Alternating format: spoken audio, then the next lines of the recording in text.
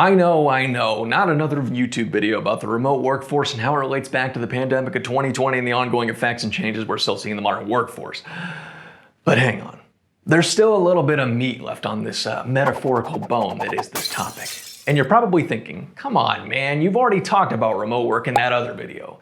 Except you probably aren't thinking that because as of the time of recording this, that video only has about 100 views. So you come on, go watch that video. Do it, right now. Go watch that video and then come back to this one. I mean it.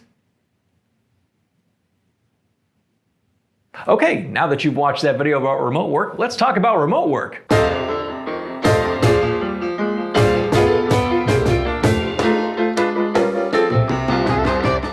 Alright, it's no secret that COVID basically steamrolled the way we used to work. At least in office environments. Sorry, essential workers, I feel for you. But here's the thing. Since COVID forced a bunch of us to become remote employees, a lot of us don't want to go back to the office. Yeah, the beginning of the end is kind of here now that vaccines are rolling out and whatnot, but for a huge chunk of the global workforce, truth is, people just want to keep working from home. Or at least most of them do. So according to a Future Forum study of 4,700 knowledge workers, the majority of respondents never want to go back to full-time in-person roles. Only 12% of those surveyed want to return to a full-time office work, while 72% want a hybrid remote office model moving forward. In that same study, quote, knowledge workers reported higher levels of satisfaction with remote work when compared with office work for work-life balance, stress and anxiety levels, productivity, and overall satisfaction. I don't know about you, but there's a certain peace that comes with working out of my house. See, there's something to this. If we look back at that Future Forum study, quote, those with only a few months experience working from home were twice as likely as more experienced remote workers to say it negatively affected their productivity. Those with less remote work experience also reported lower overall satisfaction and work-life balance levels, as well as more stress. You can see that same idea in action in the findings from a PwC survey where, quote, respondents with the least amount of professional experience are more likely to be in the office more often. 30% of them prefer being remote no more than 1 day a week versus just 20% of all respondents.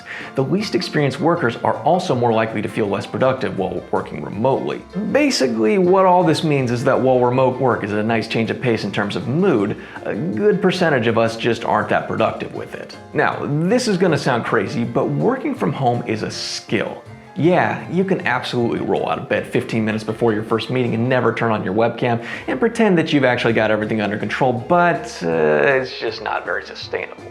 If we're really going to stay remote going forward, it's going to take some training. Just like how you probably didn't rock up to your very first office job and know exactly how to navigate the ins and outs of office life, remote work is the same concept, but now you get to use your own bathroom. We actually have an entire webinar series all about not just surviving remote work, but how to thrive and lead in it.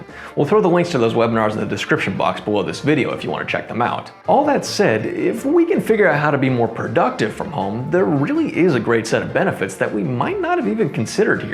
According to Drs. Ravi Gajendran and David Harrison in their publication aptly named, The Good, the Bad, and the Unknown About Telecommuting, remote work can help traditional mother figures better balance their work and family responsibilities, which makes them less likely to sacrifice one for the other. On top of that, data collected during the pandemic also suggests that working from home may help traditional father figures be more involved as well.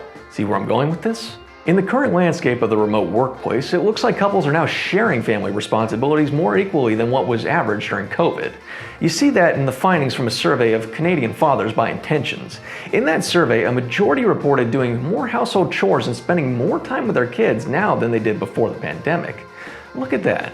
COVID is bringing families together. Now, if only it would stop being, terrible in every other way. So while there are some struggles to remote work, it looks like as we've adjusted, the work-life balance is getting stronger in some regard. And big companies are definitely picking up on that little marriage of happiness and productivity. A lot of them are now using this whole remote work situation as their model going forward. Shopify, for example, was one of the biggest shakers when they decided to shift to remote work last year. In a tweet from their CEO and founder, he said, quote, as of today, Shopify is a digital by default company. We will keep our offices closed until 2021 so that we can rework them for this new reality. And after that, most will permanently work remotely. Office centricity is over. He then followed up with, quote, "Until recently, work happened in the office. We've always had some people remote, but they use the internet as a bridge to the office. This will reverse now. The future of the office is to act as an on-ramp to the same digital workplace that you can access from your work-from-home setup." 2020 also saw Hayden Brown, the CEO of the freelancing site Upwork, say, quote, "Building on our 20 years of experience as a remote working company, we are now permanently embracing a remote-first model." Brown continued, "Going forward, working remotely will be the default for everyone, while teams will also be able to come together, once it's safe, for intentional collaboration and socialization. The hashtag future of work is here." To go even further, Coinbase CEO Brian Armstrong announced on May 20th, 2020 that his digital currency exchange headquartered in San Francisco is, quote, "moving to a remote-first policy in light of COVID-19, meaning most employees will have the option to work from home. I have come to believe that not only is remote work here to stay, but that it represents a huge opportunity and strategic advantage for us." The list of big companies that have gone and stayed remote goes on and on. You've got Google, Microsoft, Morgan Stanley, Capital One, Zillow, Slack, Amazon, SupportNinja, PayPal, and Salesforce all extending their work from home options, and it looks like it's staying that way. But here's the thing. All of those quotes are from 2020, around the height of the pandemic. So all of that begs the question, where are we going now? Well, here we are in springtime of 2021. Do the executives and the decision makers really want to keep everyone working from home? Well, yes and no. If we look back at that survey of US remote work from PwC, 68% of executives, quote, "believe that people should be in the office at least 3 days a week to maintain a distinctive company culture once the pandemic is no longer a concern," and 65% believe the office is very important to increasing employee productivity, while over half also consider the office very important for employee collaboration, providing spaces to meet with clients, and enabling the company culture. By the way, if executives really are that concerned about preserving company culture in the remote workplace, they might want to check out one of the webinars that just happens to tackle that exact same topic, links in the description. Anyway, it's not just the higher-ups that want to have workers in the office a few times a week. 55% of employees surveyed by PwC would, quote, "prefer to be remote at least 3 days a week once pandemic concerns recede." Little has changed from the 59% who said the same in June.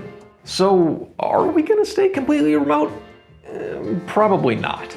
The hybrid model does seem to be the move going forward, but if the pandemic showed us anything as a workforce, it's that there really is a great advantage to incorporating remote operations. So you'll most likely see a blend of companies adopting the hybrid model while others stay completely remote. What'll be really interesting though is to see how many go back to full-time in-office work. The 2020s have shaped up to be pretty unpredictable so far, so we'll have to see if they continue to surprise us. And there we go. That's our perspective on how the remote workforce has changed since the pandemic and what's next. Hey, you know what? That actually sounds like a pretty good title for a video. Oh. If you learned something or just flat out enjoyed this video, why not give it a like and share it with someone who wants to know more about remote work? And if you want to learn more about customer support, outsourcing, or just how to take your business to the next level, be sure to subscribe to SupportNinja and click on that little bell icon so that you know whenever we upload a new video. I'm Jack from SupportNinja. Thank you so much for watching, and I will see you in the next one.